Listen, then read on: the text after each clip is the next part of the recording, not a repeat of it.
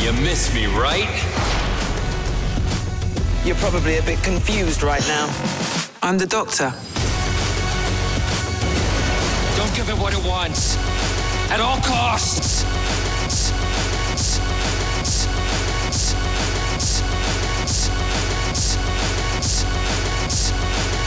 That's my home planet. Better written. Pillar of Hope.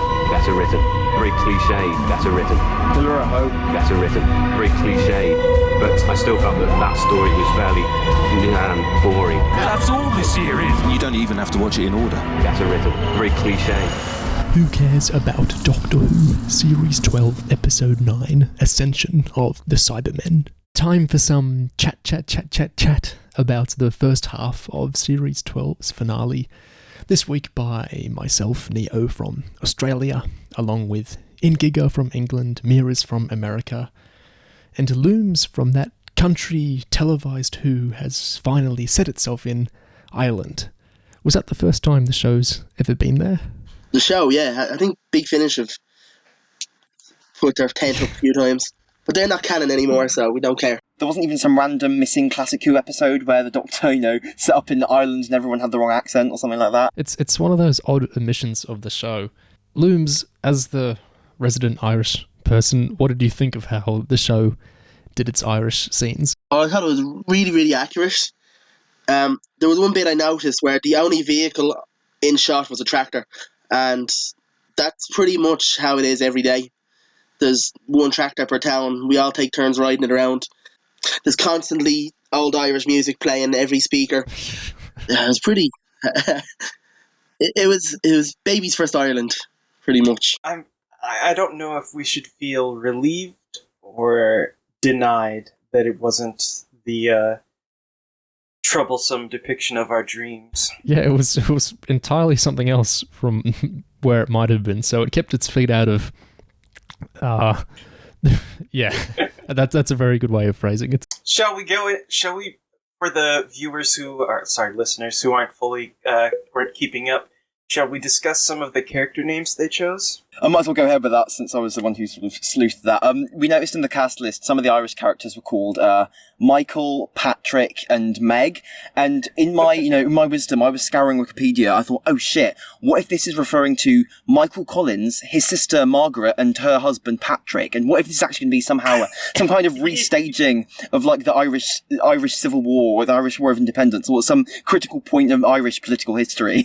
And we were all dreading how Chibnall might shoehorn that into a story about Cybermen doing, all sorts of stuff. Because, he had precedent with this because they filmed and shot the execution of Noor Inayat Khan in a story about, the master. Oh God, yeah, So yeah, so maybe I can't really talk on how much of a relief that is, or if this was Spyfall, I could say, oh, I'm so disappointed they didn't do the awful thing, but I don't want to be insensitive in this case. I really wish he did it.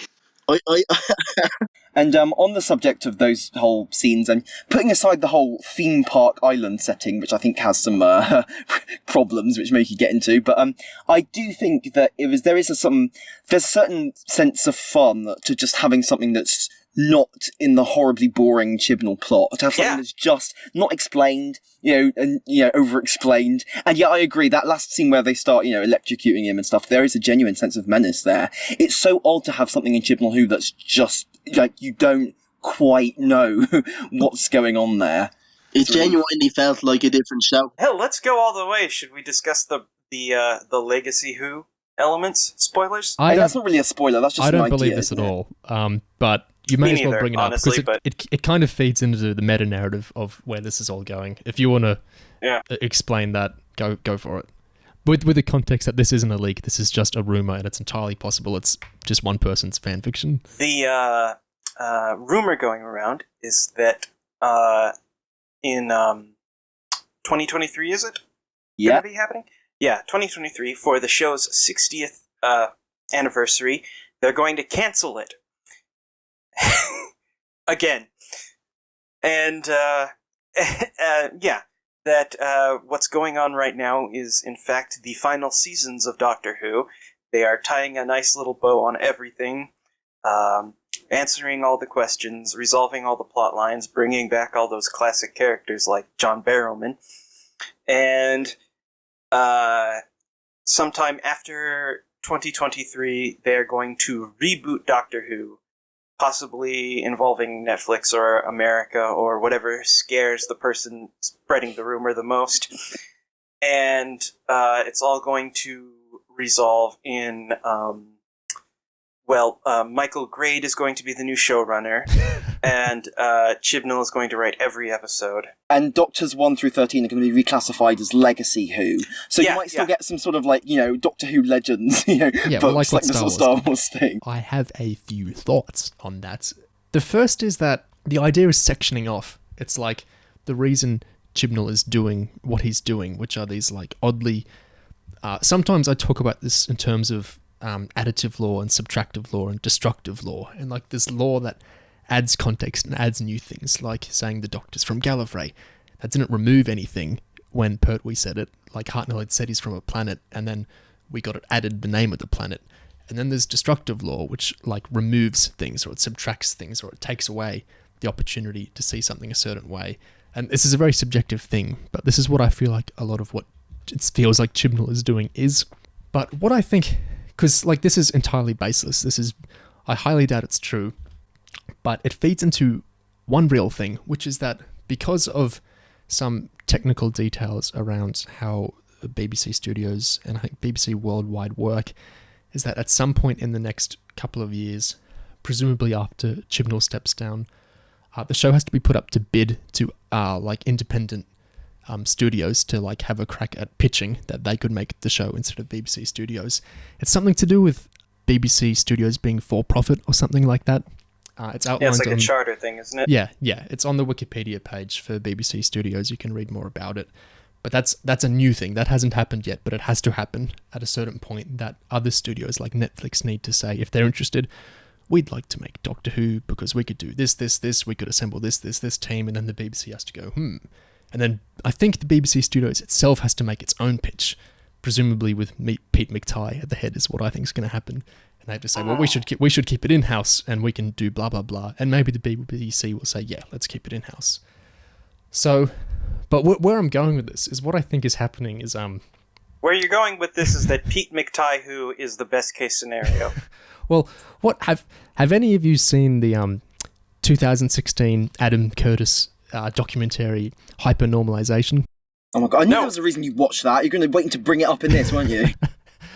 Well, what I think, there's a point in that film where Curtis is saying that something that's happened to Western society is that politicians have stopped setting out imaginative visions for the future and instead have gotten in the business of risk management, where they're not so much talking about this is what we can transform society into. They're saying is this is how I can avert X risk from occurring. This is how I can stop the refugees affecting our society in this way. This is how I can stop climate change affecting society in this way, rather than saying I can transform society into this.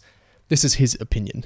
And he thinks this, what he sees as the societal shift into this, introduced a kind of dark pessimism in people in that without aspirational or imaginative visions for the future, with this big focus on risk, people started, thinking about risk a lot more. What could go wrong? And he has this great montage of all these films before 9/11 that basically predicted 9/11. They predicted's a funny word to use, but these films really pushed hard on the destruction of iconic monuments in New York and Washington and that kind of thing. And what I think this rumor about Legacy Who and about, Doctor Who dying and then the Americans making it is speaking to this lack of vision or faith a lot of fans have in this show. And it's speaking, I don't think, to reality at all, but it's speaking to fan fears about what could happen, about what they feel like is already happening. Do you get where I'm going with this? Yeah. That was actually a really good point. I wonder about how you were going with that, but you brought it home. Definitely. It's kind of the fans sort of willing this kind of future into kind of their imaginations. And it is really interesting, even if it is total bullshit. Yeah, it reflects way more on the fans than I think on the BBC. And I can't help but think these rumours and these fears and these paranoias would not be, I don't think they'd be floating around to quite as big an extent as they are if the show was in healthier straits. No, right? You've talked before, Gig, about things that Series 12 is doing that you don't say a healthy show would be doing. You cannibalizing itself. Self-cannibalisation was the word I used. Yeah, just in terms of making the lore and the as Mira's put it, fictional history and the wiki shit and like we brought back John Barrowman, just making all of that the point, like in substitution of anything actually resembling an actual point. Yeah, even the marketing with the whole "you can't miss this." Wait 2 weeks time and you'll see this. Oh, yeah, 2 weeks to the epic season finale. Just want to say, right, the overnight figures for this episode that we're meant to be talking about today were lower than either of the 2 previous weeks, which they promoted solely with don't miss the first part of the 2-part season finale. So it hasn't really worked, has it? I think another thing with the marketing, like Looms just brought up, is that I don't know if listeners haven't been paying attention to the marketing much, they wouldn't have noticed this. But for the past few weeks, all the episodes have been marketed in relation to how close they are to the finale. Like they're saying, this episode brings us only 3 episodes away from the finale. This episode brings us only 2 episodes away from Doctor Who is almost over. Last time I seen that happening was Game of Thrones Season 8. That's all I was going to say. It's so bad because it's doing that great sin of treating a regular episode like a filler episode. The filler episodes are what the show is. The show is like a little anthology of we're going to X planet just for this week. We're going to X time in history just for this week. The show isn't about like big lore arcs. Like sometimes it is, but like 95% of the show is not this. The bread and butter of the show is just the episodic adventures. And to kind of disregard that and saying, no, it's about what we're bringing back.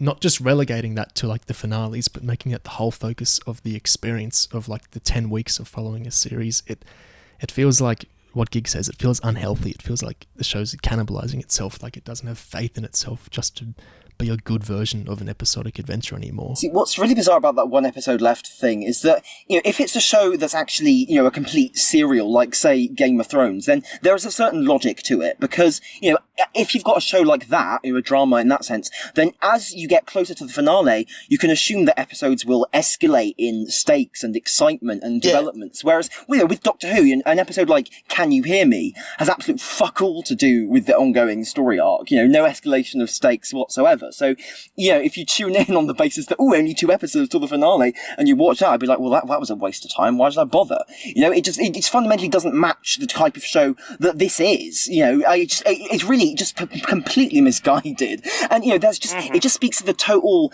chaos and confusion and just surrounding, and the whole vision of the show. Like, no one, in Cardiff. Like, no one knows what they want it to be or what it's supposed to be. It's worth noting, if you ask someone's favourite episode, apart from a few special cases like Heaven Sent, for the most part they will name a filler episode. They will say Blink, or they will say Midnight, they will say The Girl in the Fireplace, they will say adventures that didn't tap into any like ongoing resolution of an arc or anything. They'll just say, these kind of TV equivalents of good short stories. And it's important because before they say that, they'll do this. Now there was an episode. Was there any specific episode you had in mind when you were cracking open that can, Mirrors? No, I was just thirsty. Okay. I hear it a lot for Blink. That's pretty deserved, honestly. So, hey, speaking of random, pointless episodes of Doctor Who, were we here to talk about something? So, what Big Finish episodes, Big Finish box sets are we looking forward to? This is, the part of this episode where we have to talk about what Big Finish stuff we're looking forward to. There was an exchange in this episode that just, like, typified this whole era. Not just this episode, but this whole inert, self-referential series to me. And it was Yaz talking to one of the last humans hunted by the Cybermen. And this other person goes, "What is this thing?" And Yaz says, "It's a particle projector." And the other person says, "What's it do?" And Yaz says, "Project particles." That whole opening where the Doctor locked out those big bits of equipment and the fam just explained what each one of them does in great detail, complete with Graham expositing what a Cyberman is to someone who spent their entire life fleeing the Cybermen. I mean, it's just, oh my god. Oh my fucking god. And then they didn't do anything. Literally, the cyber heads just turned up and blew it all up. And I'm like, I'm just standing around watching it happen. I mean, oh my god. Okay, for that whole scene with the cyber drones, as the Doctor called them, flying in and blowing everything up and shooting stuff, and putting aside for a moment that it was just, boring and comical and farcical and shit in so many ways, I wonder, is that meant to be a pleasure unto itself? Like, making that, are we supposed to experience the kind of thrills we get in a Hollywood film or something like that? Like, is that supposed to be a legitimate action sequence that's worth spending 5 minutes of the show on? Is it supposed to be funny? Didn't seem funny to me. Someone died, man. RTD would have had so much fun with it. It better be supposed to be funny because it was funny. It better have been intended as being funny because it was funny, and that is the only value that it had, is that it was funny. The visual of the flying heads was making me laugh for real. Yeah, it was just so absurd. Whenever the little eyes glowed. Oh, yeah. Brilliant. Shoot lasers out of their eyes. But the only character with a disability got killed by them. It was sad. The guy's brother died. Oh, yeah, that's right. I forgot about that. I don't think it was meant to be funny. Oh, God. I wonder if he was gay, too. Probably.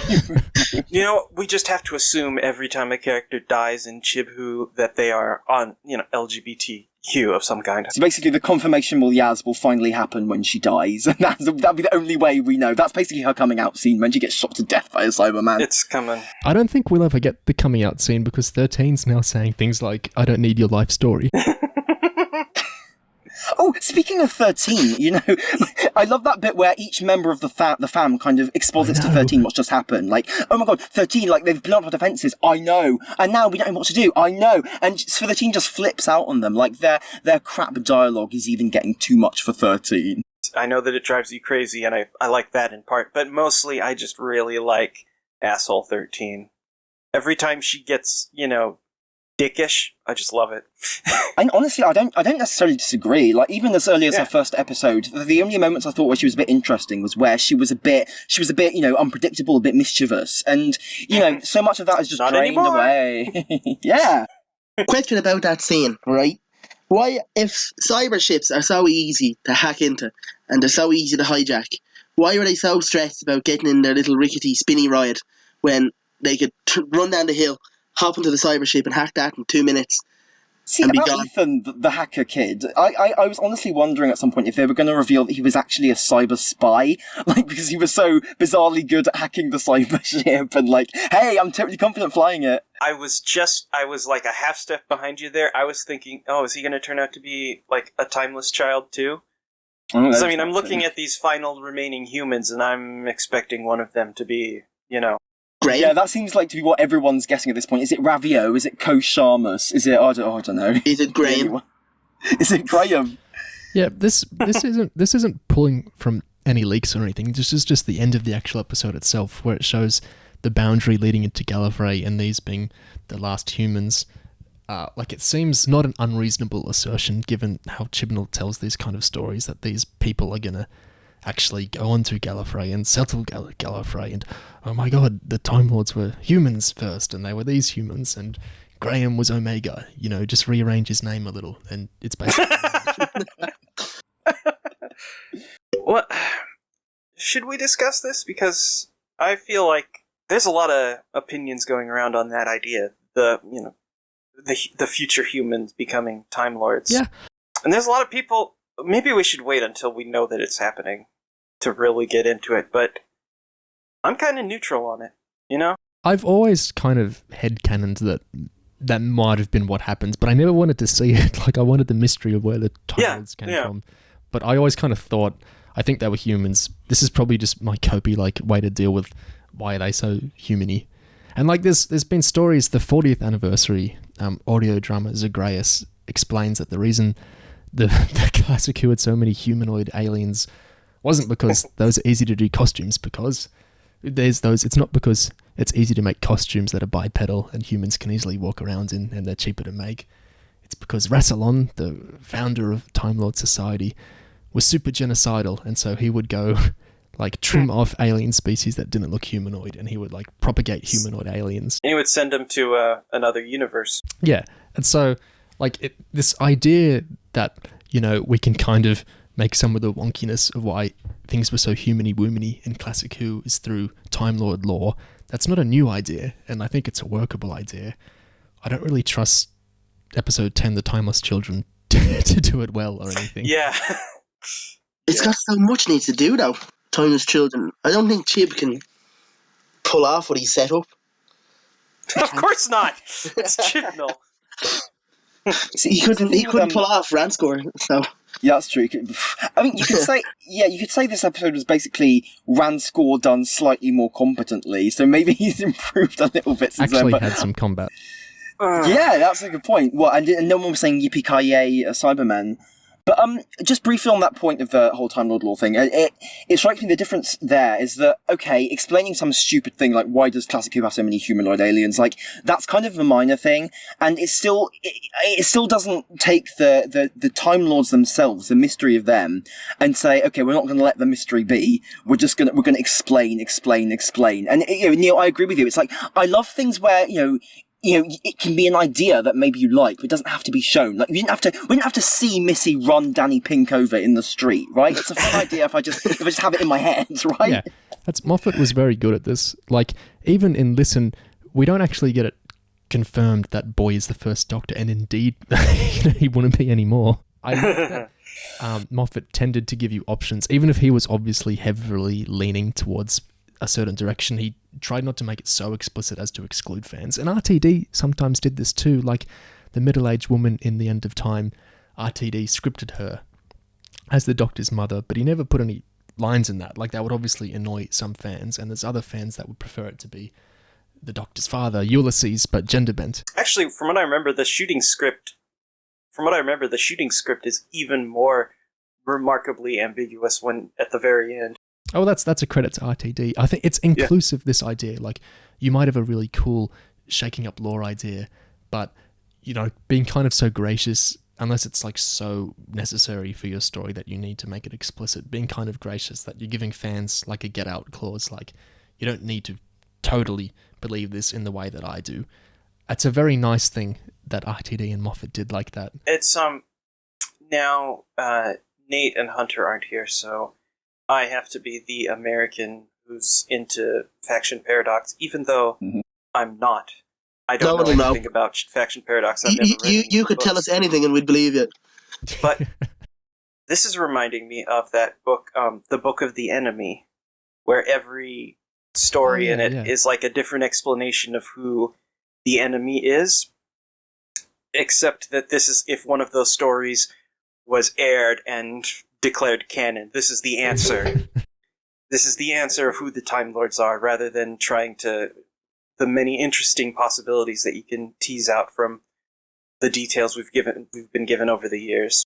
I think to try and sum up the ideological difference here is that Moffat, for example, he's very open about this. He believes that the real show is in the viewer's heads, right? Yeah. Moffat believes that every viewer makes their own kind of Doctor Who and has their own answer for what the mysteries are and just has their own version of the show in their head. Whereas this other ideology suggests that the show lives in the fucking wiki, right? It's this, TARDIS wiki, end of universe perspective. This is all written down as lore. We've just got pages and pages of it. And it's something something you said earlier really resonated with me, which is this idea of robbing real history in favor of fictional history. And I think fictional history is this thing that people have almost an addiction to. I think this really unpleasant tendency in geek fandom to treat things as what is the sacred text, basically. Yeah. Just have this obsession with, having everything written down and flattened into, readable, just gossip and lore about this fictional universe. And it terrifies me, honestly. I write campaign settings semi-professionally, and yes, it's true. We are addicted to creating and imbibing our histories. Having said that, you mentioned campaigns, right? So that's for tabletop games and stuff, right? At least when you do that, you're playing those campaigns. Yes, right? yes. Those are settings for you to actually world. You're creating narratives. You're playing in that world, and you're having an experience. You're making an experience. You're not just writing that lore for the sake of it to just sit in a book somewhere, right? Just so you can know that it was written. There's a point. There's a point. Yeah, it's like if people want to experience stuff that way, that's their prerogative. But what's annoying is when, like, the texts themselves feed into that, like, exclusively, and they leave other people in the cold. Like, because the hardcore escapist, I want to treat this all as a secondary world that I can immerse in as if it's real. Like, they can still do that, like how this show used to be. So many people did it then.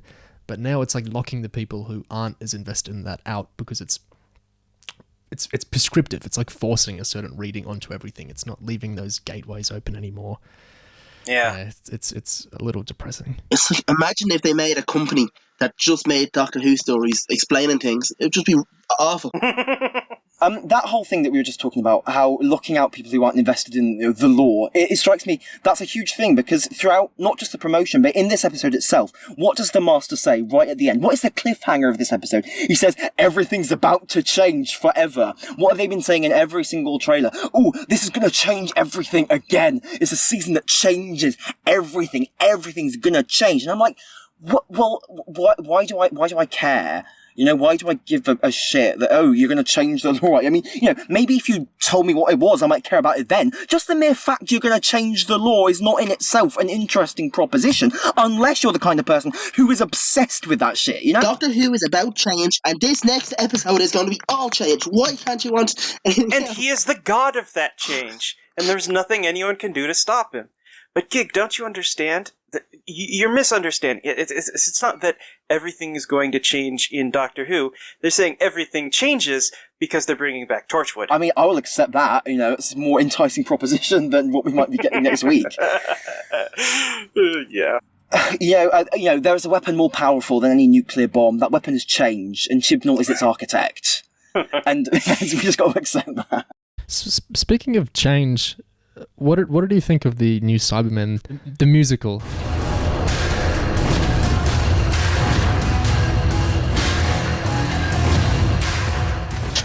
Was that the drum beat theme, or am I getting confused? But I actually transcribed the lyrics to this theme precisely for this purpose. I wrote it down. Oh, thank so God. Just to recap how it went bum bum ba bum bum ba bum ba bum bum bum ba bum bum ba bum ba bum ba bum bum ba bum bum ba bum ba bum ba. Yeah, that's how it went, and just also this percussion as well, like. I like it. You know, it's Cyberman-y, at least. I don't dislike it, but it's very, like, so little... Like, you know, the thing about why I preferred the 12th Doctor's A Good Man theme so much over, like, the Doctor Forever, the Tenet, or I'm You'll the have to Doctor, imagine that I opened it again. was that A Good Man, it changes heaps. There's loads of different sections. It's very dynamic. It changes, you know, the volume a lot. It changes the arrangement a lot. It's shifting all the time. And, Yeah, but it's the Doctor's theme. Of course it does. It has to. Because he's on camera for minutes at a time. These are Cybermen. The Cybermen were on camera for like half this episode, and Yeah. you know, they just had the same 2-second loop like, going again and again and again. And it's like, They're I don't robots. dislike this, I don't mean to defend Sagan, but I guess I kind of... Well, no, like I said, I don't even remember the music. The only music in the entire episode that I have any memory of is in the back office scene with Brendan. but even the old Cybermen theme, you know, the 6-note do thing, Yeah. that, like, Gold would play that, and then he'd like play around for a while with like other things. Like he wouldn't just keep that motif, those 6 notes, on an endless loop. Like he'd play them, and then he'd like arrange them differently for a while, and then he'd bring them back up. Like he wouldn't just loop the same thing every time they're on screen, like non-stop. Yeah, he would only do that for the Daleks. Yeah, Gold's motif for the Cybermen, you know, that do, like, there's a certain, it's saying more than Sagan's is. There's a sense of looming, you know, doom and kind of theatre to it. You know, it's kind of like, it's imposing. Whereas this one, it's just got 2 notes, like, burr, burr, burr, burr, burr, burr, burr. It's like, I mean, okay, you could say, well, the Cybermen are robotic or whatever, and, you know, monotonous, but it's just, the musical storytelling is not very nuanced, I think, is the way to put it. And honestly, this is a thing, I find a lot with Sagan's music in this era, right? There might be bits like the Ireland bits, for example, where the music takes on a bit of character, right? But then for so many scenes, any scene with sci-fi environments or tense action or, you know, a sci-fi setting or, you know, horror or fear going on, it just goes do ad infinitum, and it just sucks the pacing dry. Well, I'll tell you why. Yes, the musical storytelling is not very good. The storytelling is not very good. Now, The music is in whatever is in service to the story, and the story is almost universally bad. Yeah, but I'm speaking as the last living optimist. So, someone I seen it on Twitter, people were saying this is the best time the Cybermen have been used in New Who. They've never been scarier. Yeah, best Cybermen since the 10th planet. I love that absurdity. Like, you see people saying this is the best time the Cybermen have been used since, like, Nightmare in Silver or something, and you're like, oh, well, that's a bit silly, and that wasn't that long ago, really. It was only 7 years, but whatever. And then people are saying, oh, it's the best since Rise of the Cybermen, The Age of Steel, and that's like, well, I find it strange that you didn't like the Series 10 finale, but, you know, go off. But it's seeing how far people can that go, sort of person not liking the Series 2 finale is even odd. But, like, see people say it's the best since the Attack of the Cybermen. I haven't seen people say the 10th planet, but that would be hilarious. I've seen 10th Planet. I have not seen Attack of the Cybermen.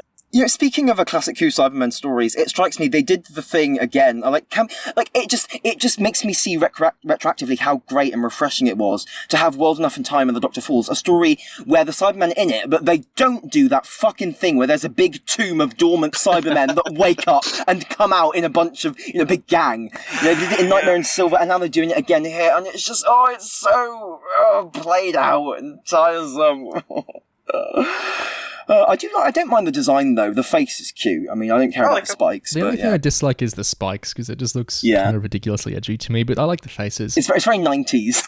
I wish it was 90s. I wish that they went full Dark Dimension. Well, you know, oh yeah. Speaking of the 90s, what the whole Legacy Who to Reboot Who thing reminds me of is kind of the vaguely the McGann idea, which wasn't quite that, because like the TV movie ended up being weirdly addicted to classic Who lore, but had the idea of like redoing, you know, Peter Cushing style, redoing old stories. Yeah, like redoing early Cybermen stories. So glad that didn't happen. I have to admit, I've warmed, not to the idea of just, you know, flat out remaking classic Who stories, but the idea of a show that's kind of like a one of those remix adaptations, but of Doctor Who, and kind of reframing them and kind of reimagining them in a way that, say, you know, Dracula does with the novel, or War of the Worlds does with the novel, and that sort of thing. I'm kind of interested in that now, just because the base show has become so fucking stale. What this remix talk reminded me of is the reboot, you know, by Netflix or whatever idea Miros was talking about. One of the details of it, I remember on this post that was like surely a fake or just a fictional fear, was that it was focus on the Doctor's early years on Gallifrey more and like set up why he left and like redo all his first meetings with the Daleks and the Cybermen and everything, and like focus on how we made the Sonic and like where the TARDIS came from and everything, which is such a... It's kind of what Chibnall's doing now. It's like you don't need to... Like, mystery is such a huge appeal. It's appealing that we don't know where certain things come from. It's okay to solve mysteries as long as doing so introduces new stories to tell.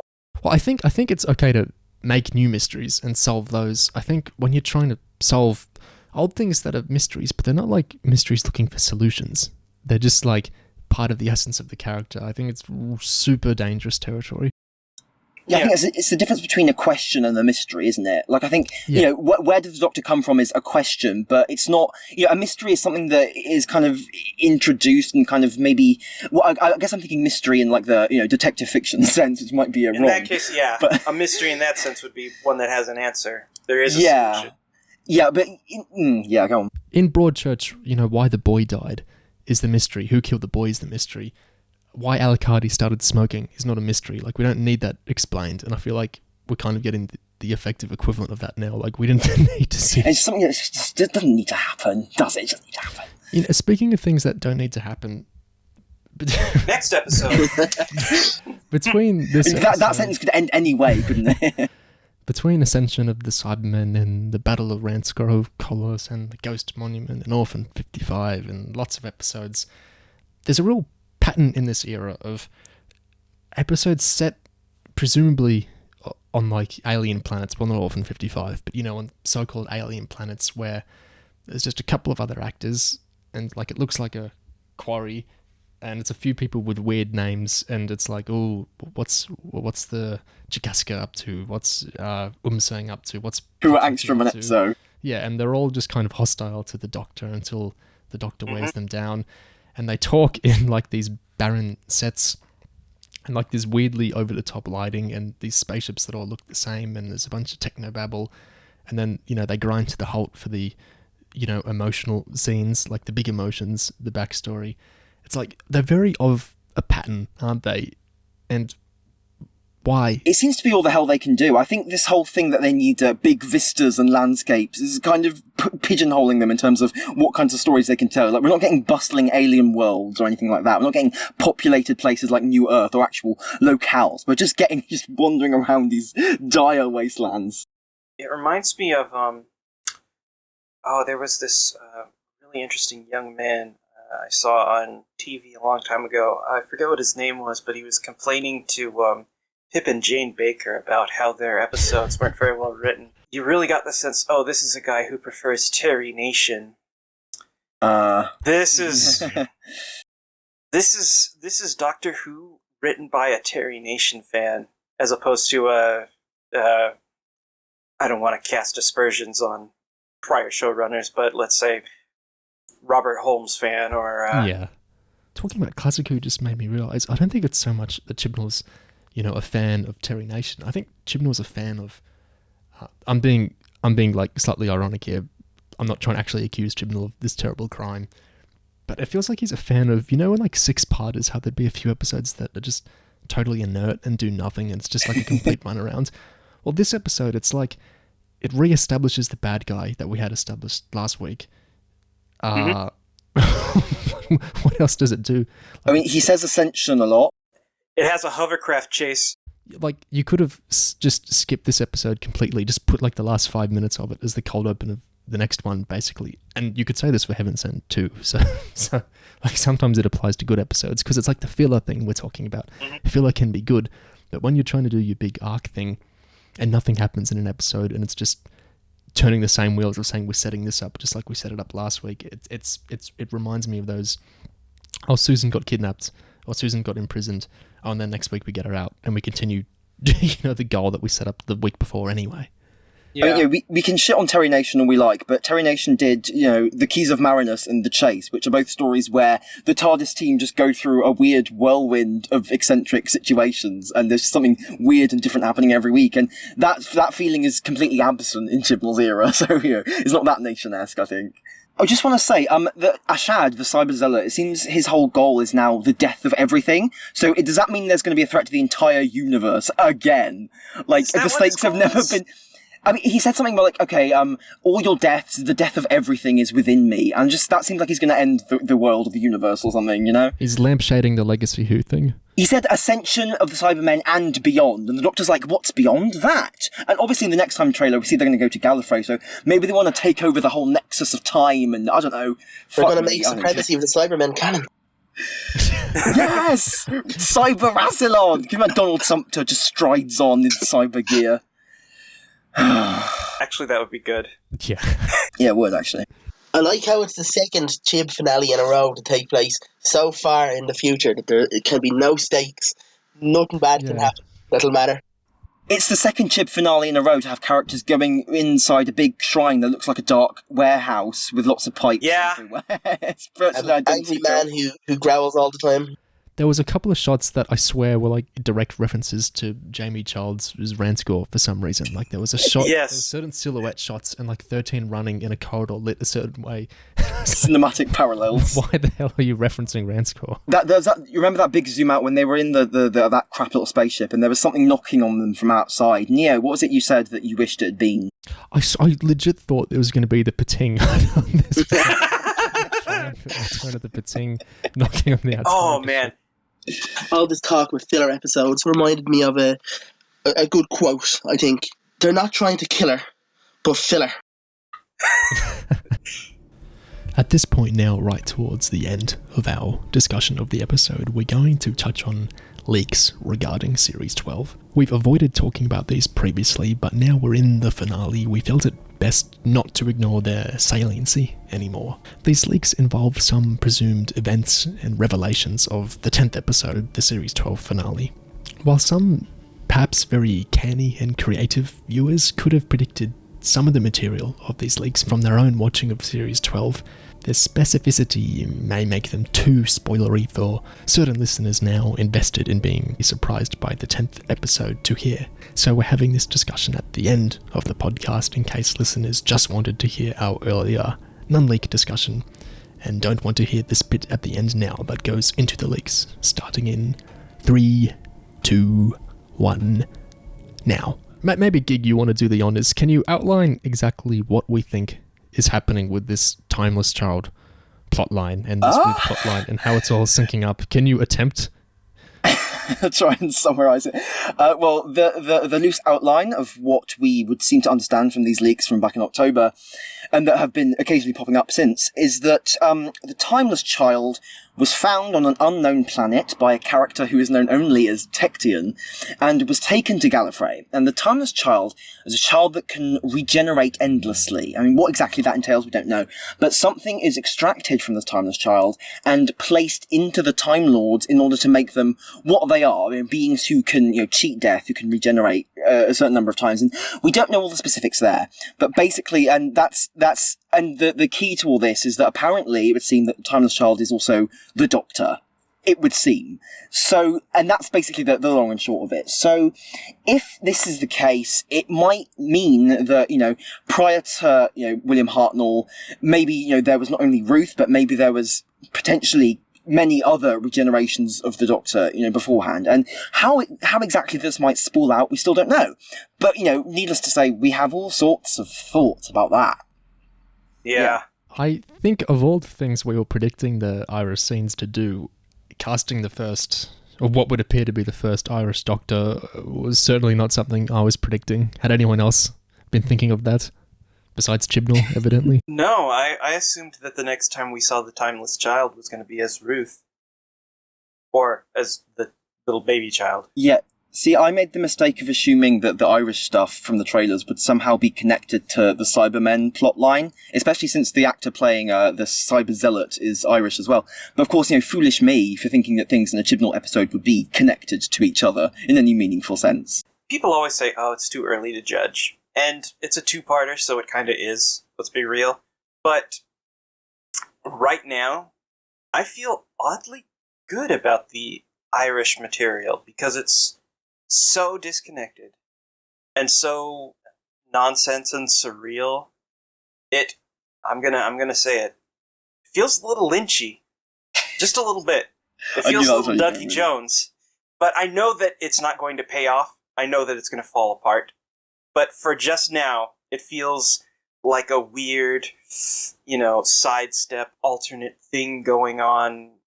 It's pleasant for this very moment. They were definitely my favourite scenes in the episode. They actually had some mystery to them. They didn't have any annoying characters or too annoying line readings or anything. And it wasn't until the very end where Brendan is very aged, but his father and the other police guy isn't aged, and they strap a chameleon arc looking thing on him that, I realised, this is probably, an earlier version of the Timeless Child before Ruth. This is probably some form of the founding fathers of Gallifrey working on extracting, who knows what from the Doctor. I love that whole thing because it was like there was this weird, I'm going to say it, timeless quality to Ireland and all of the scenes. So you kind of just go through it and you're absorbing the characters. You're not really noticing that shouldn't his dad have gotten older by now? And then that last scene is so... The music and the framing is so creepy and so well done. And it's terrible that it's going to turn out next week to be, we know. If you don't know the leaks, that is an incredibly bizarre and enticing side plot. But knowing the leaks, it's actually quite weak and pedestrian. I think maybe from the bit where he gets shot and falls off a cliff but seems to be fine, if you stretched, you could maybe see how that might indirectly link to, the Doctor, who obviously can regenerate and stuff, but it is very abstract. So if you hadn't seen any leaks, I'm just trying to mentally work out, is there any way you can... So there's the connection... No. This is like asking, is there any way you could know what the bad wolf was? They give him a... they gave Brendan a clock at the end, so that's a pretty obvious like time thing. So you can maybe associate, and also the manner they take plug with him at the end into looks like the chameleon arch from yeah. The last time we saw it.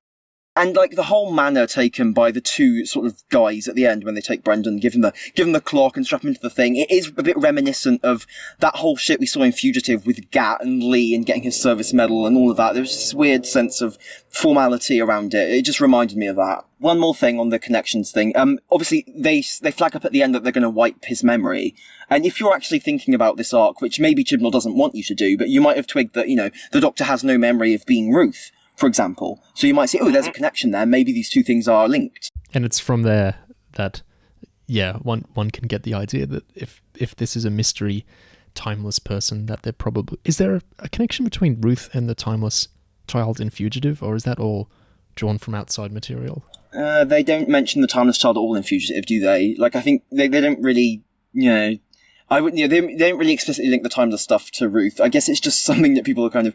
I mean, it's not out of the realm of possibility to assume that the two mysterious characters who are both connected to the Doctor might end up being the same person. It's like with Series 6, where you had a mystery baby, a mystery toddler, and a mystery adult woman. They all turned out to be the same person, right? Like, it's just Occam's razor to a certain extent. It reminds me of before you go on. It reminds me of. This is a silly story. When I was in grade school, our teacher was reading to us the second Harry Potter book. And this would have been at the time when that was the most recent Harry Potter book. So, very early days. And everybody in the class were all like wondering, who's the heir of Slytherin going to be? Who's the one who's doing all this stuff with the giant snake? And one of our classmates had... read the book on her own before the teacher. And we asked her, so who is it? And she said, oh, it's Voldemort. And we just rejected that out of hand. Because of course it's not Voldemort. Voldemort died in the first book. That's not what the books are going to be about. The books are about Harry, not about Voldemort. Oh, what a pleasant time that was. That's pretty much how I feel about the Ruth, timeless child, all this stuff. It's a very small way of dealing with the story.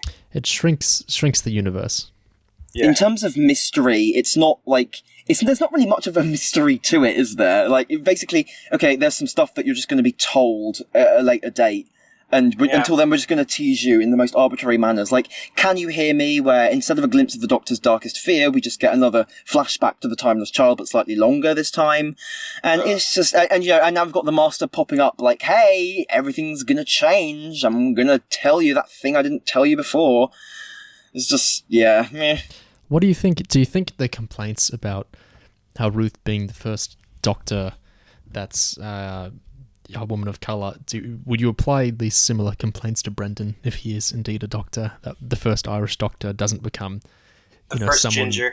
Yeah, and the first ginger Doctor doesn't become someone with their own era and their own, big announcement and their own season and everything. They just become a footnote to a Series 12 lore plotline. See, I'm not sure that will matter quite as much, because at least as far as we see of Brendan in this episode, unlike Ruth, who turns up, announcing herself as the Doctor, she's got a TARDIS and all that. Brendan's just a cop, basically, isn't he? Oh, I see. Brendan's just like a, he probably does still have a police box. Yeah, I suppose. Even if Brendan is not actually even if Brendan is the individual who later is known as the Doctor, he doesn't really feel like a Doctor with a capital D, if you see what I mean. This is why the other stuff, while it bothers me, doesn't bother me nearly as much as the Ruth Doctor stuff. It's because while it might be the same being as the Doctor, they're not the Doctor. No, yeah, Brendan is just, Brendan, of course, is Merlin. Wow, I just killed the podcast. Even with the other stuff, I mean, there's a whole, Looms reincarnation shit going on there, so it's even more abstracted from the Doctor as a person. And, with this whole Brendan stuff... Looms. Going with the idea that Brendan is a version of the Doctor, I found myself wondering, what does any of this add to the character, but maybe we'll find out. Making the Doctor having been a former cop is certainly very in character for Chibnall, I will say that much. But the more important thing is that it makes the Doctor into Superman. Or, hooded justice, but with less of the justice. There's a real quality I dislike with, the earlier version of the Doctor was a policeman. That's why the Doctor has a police box, or the earlier version of the Doctor was this. That's why they do this. It's like, why are you doing this? You're like, the point of the Cartmel master plan, or presumably part of the point of this Timeless Child stuff, is to inject mystery, back into the show. But it's not. It's stripping it all away. It's like saying, this is why they do this. That's why they do that. That was definitely why, Cartmel and Platt did it. But I'm not totally sold on the idea that that's why Chibnall's doing it. I wouldn't dare hazard, a serious hypothesis as to whatever the fuck Chibnall thinks he's doing, but I don't think that he's trying to add more mystery to the Doctor. I think he's trying to, I don't know. Do you think he's trying to tie it up in a bow, kind of give the final explanations and stuff so it can all be put in a box and, finished off? I do think there's a possibility. I think it's Doctor Who for the Wikipedia audience. It's just, here's a list of everything. Here's a nice TARDIS wiki article about it. It's ironic you say it's for the wiki audience, because the wiki audience are gonna fucking hate dealing with retroactive lore insertions that overwrite everything. They already hated Missy. How do you stick her with the Masters? This is gonna be fun. Can we spend the rest of this hour just talking about Doctor Who fan films instead? Because I think you'll get a better this was discussion. almost on the level of one. So. Well, I saw Looms had that great tweet about the great thing about this Timeless Child twist, presumably allowing them to insert endless Doctors before Hartnell, is that all the fan films can, count as they've never counted before, because they could all entirely sync up with the real show, because they could just be Doctors before Hartnell. I love that idea of yours. I actually kind of do. I like the idea of Curse of Fatal Death being canon, but not like this. It's even the idea of people saying this makes the Shulker Doctor canon, or the Unbound Doctors canon, or the Fatal Death ones canon. But you have to stick them before. Stratagem. You have to stick them before Hartnell, and then that doesn't really work for me. They don't belong there. They clearly belong more after 7 or after Doctor 8. Who. Don't even think about it. Just watch. Why? If you need to have this whole thing of any Doctor you make up can be canon, why not just go multiverse or something? What? Exactly. It's so weird that we have to find weird points to insert them all in to make them canon and internally consistent. Even though surely internal consistency is the opposite of what we're going for here. If we're trying to canonize Curse of Fatal Death, come on. We're living in the universe now, though, where the curator is probably going to get fucking 12 Big Finish box sets. I forgot about that. No. The thing with the multiple Ninth Doctors, like Rowan Atkinson in the parody Curse of Fatal Death, and Christopher Eccleston in 2005 Series 1, and Richard E. Grant in 2003 Scream of the Shulker, is that this all... And also, of course, John Hurt in and John Hurt from 2013. This all works for me because it maps onto the real world, in that the time the show was cancelled, so between 1989 and 2005, it was in the wilderness era. There wasn't a clear through line of the show exactly. The books were doing things, and then, James Goss and Paul Cornell were setting up the webcast with who was announced as the official Ninth Doctor, Richard E. Grant, before New Who was announced, and so they had to walk that back. This maps onto the actual history of the show. It was a confused time where the show wasn't on the air, so we had these different weird iterations popping up and trying to dominate where it was going.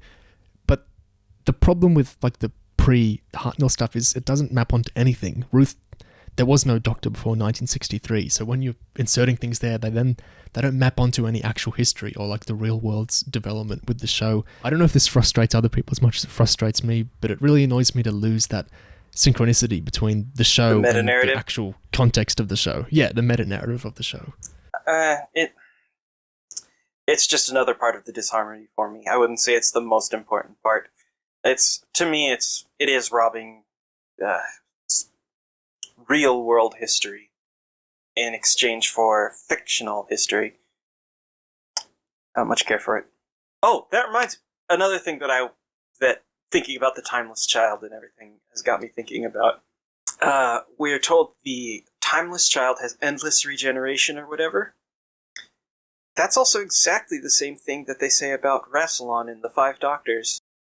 Oh, yeah. Oh. So Rassilon is the interesting. timeless child. Yeah. Could the timeless child provide enough regeneration energy to keep Bating happy? Escape craft? Damaged in planetfall. I've been trying to fix it, but we've got no spare parts. I've botched built a couple. Finish your last story.